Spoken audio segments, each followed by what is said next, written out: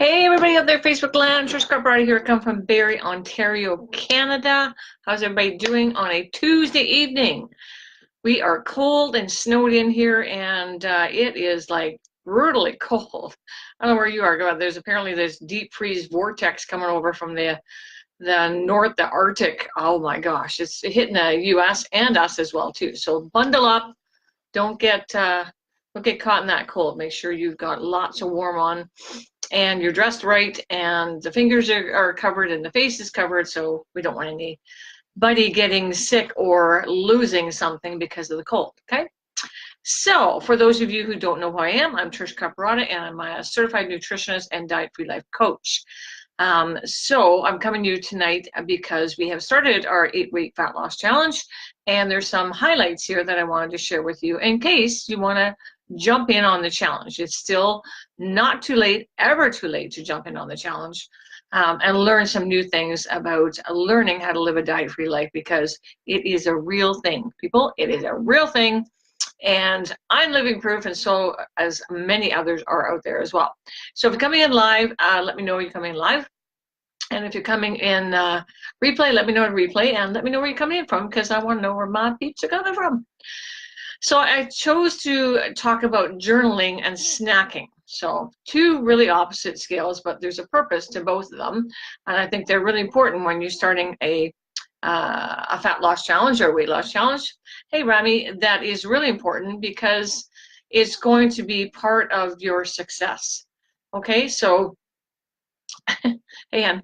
So journaling for one. So I have journaled in the past. I haven't been consistent at journaling, only when it comes to certain things. And then I thought, journaling actually can be effective in a lot of different ways, depending on what your goals are.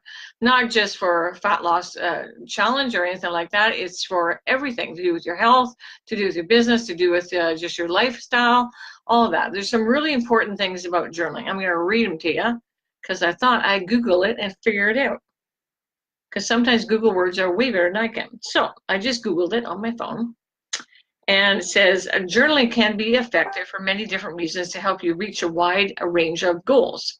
It can help you clear your head, make important connections between thoughts, feelings, and behaviors, and even buffer or reduce the effects of mental illness. I know, right? Sometimes getting the thoughts out of your head onto paper and looking at them, reading, it kind of gives you an aha moment to go like, oh. So if you can't talk to somebody, and journaling is the next best thing. We used to always do, remember, our diaries. For those girls out there who used to diary, I used to do the same thing. It used to be like lock and key and secret and all that, because it was between you and your thoughts. And most of the time it was about your life and things like that. So really important that you went back later and read those and remember those moments, right? The other thing too is what are the benefits of journaling?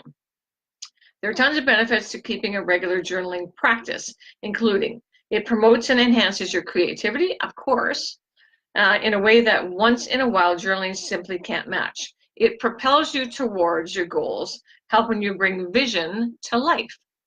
I know, right?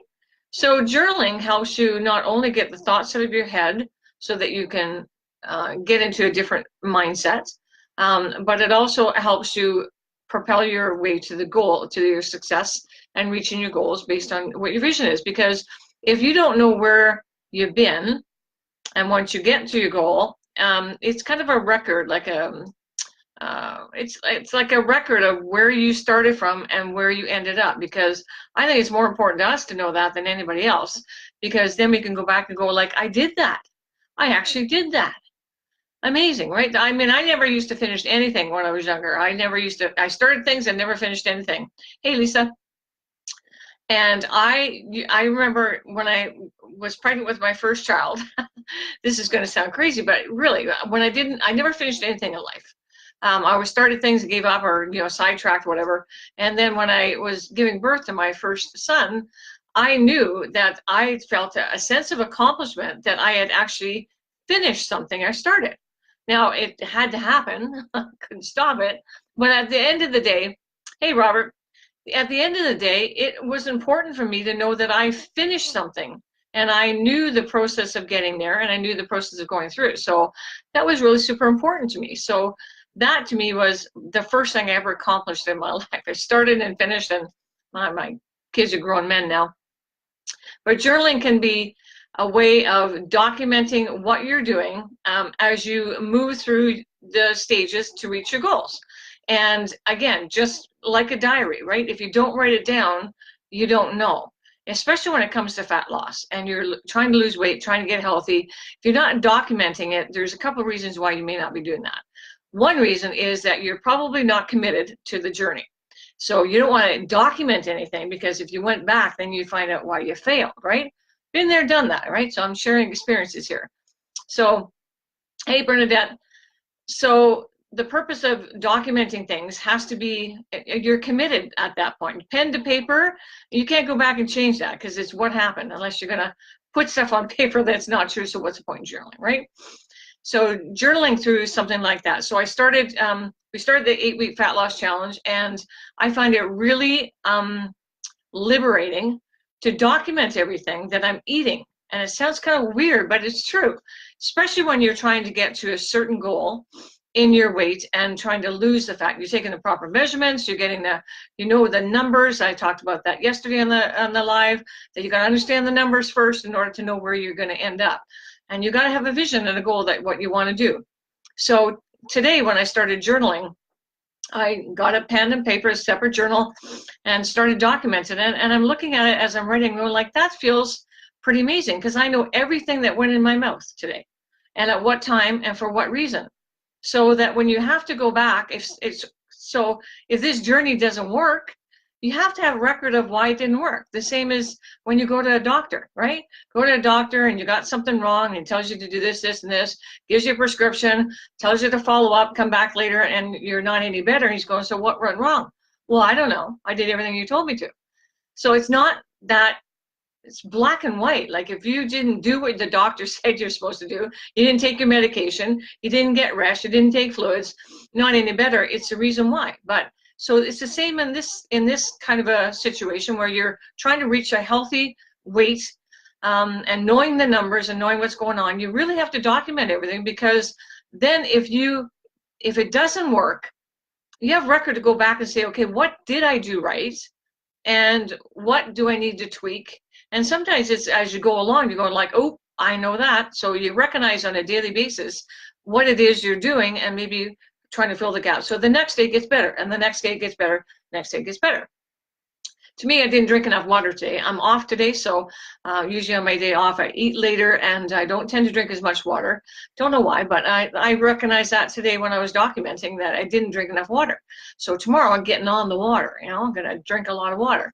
I'm back at work tomorrow, so it's more of a routine when I do that. I pack my lunch, I pack my snacks, all that kind of stuff. So journaling is a really important process, because if you set a goal to be healthy and lose weight and reduce the risk of diabetes and stroke and heart attack and all that, because that's why you're doing it, and different types of cancers, breast cancer survivors. So I understand that. You want to know that at the end of the journey, you did everything right, and you want to feel proud of that. So it is a record of your journey and what you did, and you're going to feel proud of it at the end of it all. So I think it's really, really important in any situation to do journaling, especially in this, because we all cheat, right? I remember so many diet programs where I just did what they said, and I didn't do. When I left the office, I went and did what I wanted to. I took the stuff, I came back, oh, it's not working, I want my money back. I knew what was wrong, and I could only tell them, maybe what I didn't do, but I didn't have a journal. I knew in my head I wasn't going to write on paper and commit to it on paper, because I wasn't committed to the journey. I wanted that thing or that product or that magic pill or that something to make a difference. So I was going to test the product. I'm going to not change anything and take it and see what happens. I'm going to prove them wrong, right? I don't know what it is about that, but that's really what happened. I didn't put pen to paper because I wasn't committed. And that is really a key area. If you're going to put pen to paper, you're going to commit to the journey, and you're going to take it on a day-to-day basis. That's the only way. And writing it down gets you, this is what you did, these are the times you did it, and move on. And then the next day you improve from there. So you got a day-to-day record where you can improve on, and knowing that you're getting from day to day. The other part is the journey, like the day to day, and go like, oh my gosh, it's day 2, it's day 3. By the next time you're at 21 days, and then you're at 8 weeks, and you're journaling. So there's a time stamp for you to know that you're almost there. You're getting there. You're taking that steps forward. You're jumping into it. You're doing it right. So there, in this diet-free life program, it is so liberating to know that it really is about proper food combinations, proper portions, journaling, understanding the numbers, committing to the journal, asking questions and raising your hand all the time. Us diet-free life coaches are here to help with any of those questions, and that's what we do on a day-to-day basis. So I am super happy to walk along this journey with you and give you some highlights based on what we're doing. So if you haven't joined yet, don't worry about it. It's not too late. I'm going to leave the link for my website in the comments so that you can go to my website, get my newsletter, get signed up, and then go to the challenge. So sign up as a member, and as a member, you get the 8-week fat loss challenge for free. Oh, I know, right? You get it for free. So go do it. If you haven't done it, go do it after this live. The other part of this live is about snacking. So in this 8-week fat loss challenge, there's a methodology that you want to nurture your metabolism. And to do that, that's to keep your blood sugars from spiking and diving, right? We all have that where we eat improper in the morning, we take a dive, and then we have something else and we go up. And so it's all over the place, right? You feel it all the time. And we're always making wrong choices in that situation because, sorry, I've got something coming in here. Oh, sorry. Hey, Karen. Hey, Ellen. So it's about nurturing that metabolism. You want to keep those blood sugar levels from spiking, and you want to keep them from diving. So the idea of that is you're going to eat every 2 to 3 hours. And you're going to snack. Like, who said snacking was okay? I'm telling you, snacking's okay.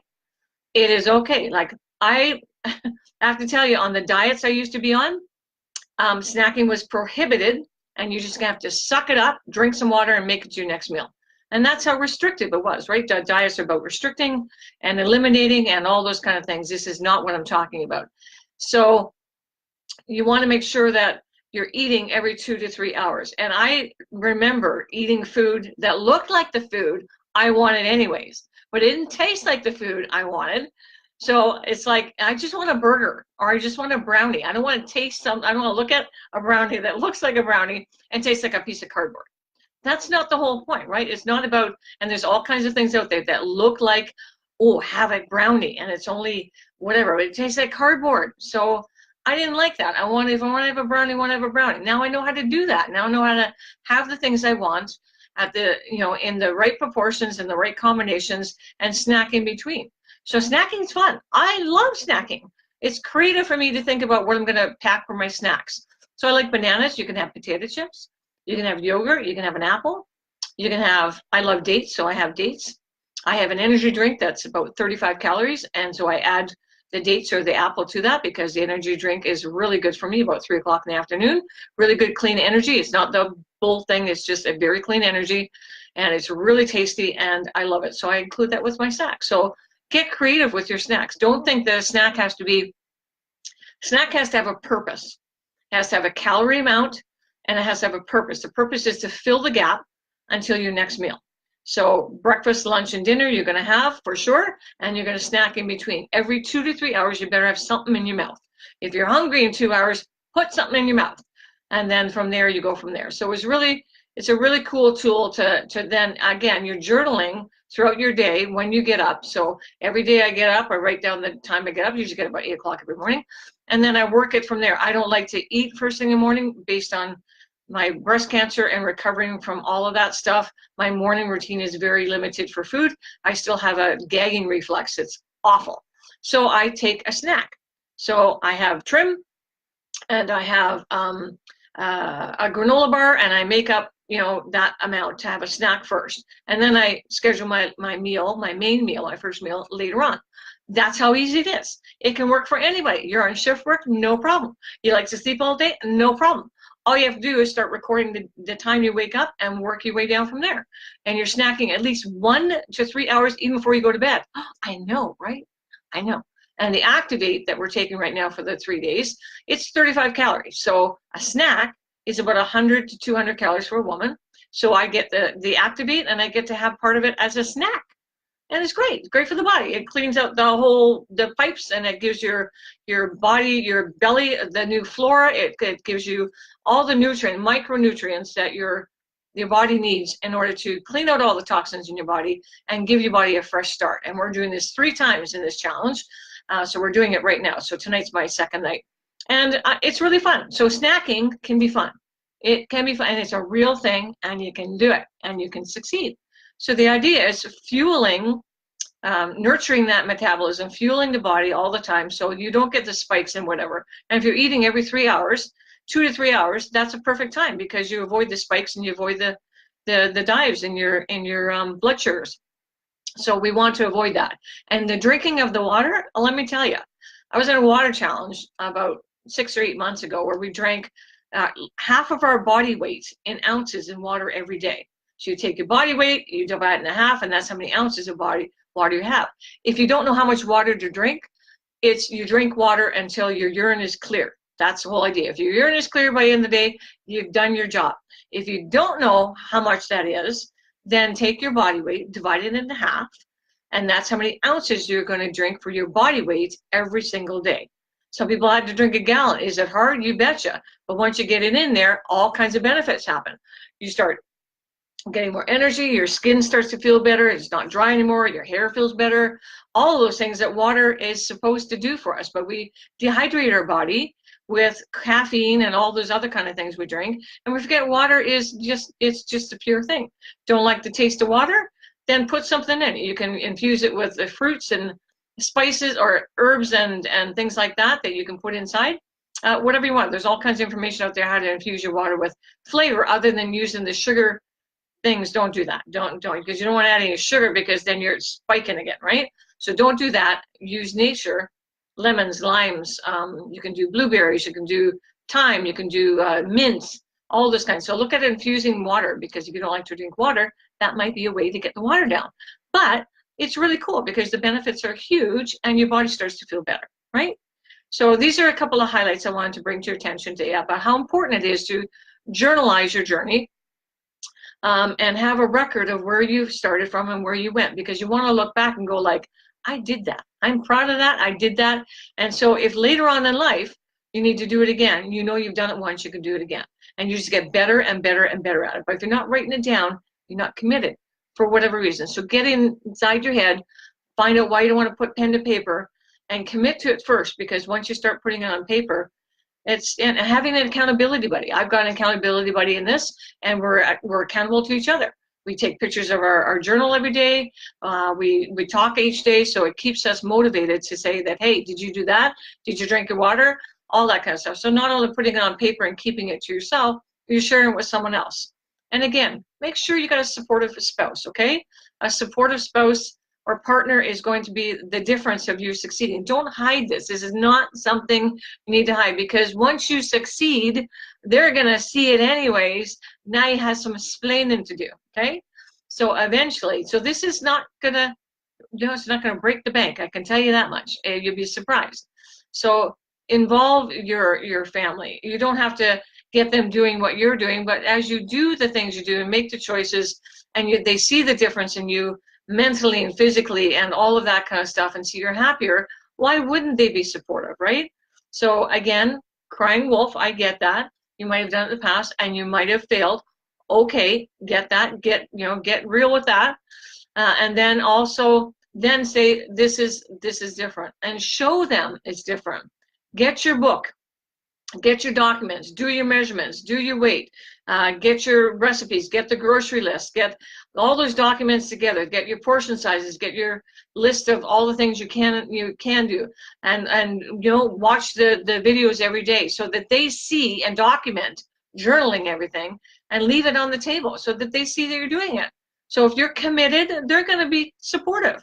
But it's the fact that maybe they're not supporting you because they don't know you're committed yet. So it's all about commitment. Commit to the journey. in every way you can, because there is success, and you're going to love yourself at the end of it all, and you're going to be much healthier and much better off. Your body's going to be in much better shape to be able to fight off those illnesses that come at you, because it's going to happen one way or the other, and you want to prevent that from happening. This is all about preventing those ugly things from happening, like cancer, like diabetes, like stroke, like heart attack. Those are the things you're preventing by doing this journey, and it's only 8 weeks, okay? So in the comments below, I'll leave the link to my website, sign up for my newsletter, get my cookbook, and then go to log in and just sign up as a member, and you get the 8-week fat loss challenge free, and you can start today. Don't worry, you don't have to miss anything. The stuff is going to be there. You can go back and start over again, because it is seriously super simple, and it meets you where you're at. Doesn't matter what you're eating, doesn't matter what your restrictions are. You can do this on anything. It doesn't matter, and you'll see how simple that is, okay? And that's power. Knowledge is power, but commitment is taking the journey and doing all of the right things you have to, okay? So I am going to, thanks for hanging out with me, guys. I super appreciate it.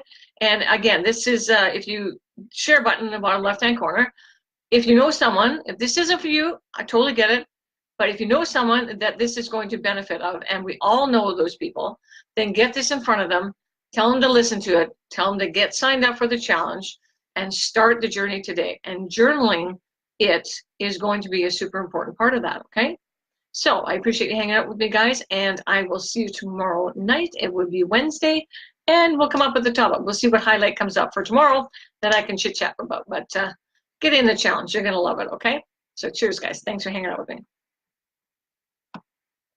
Bye.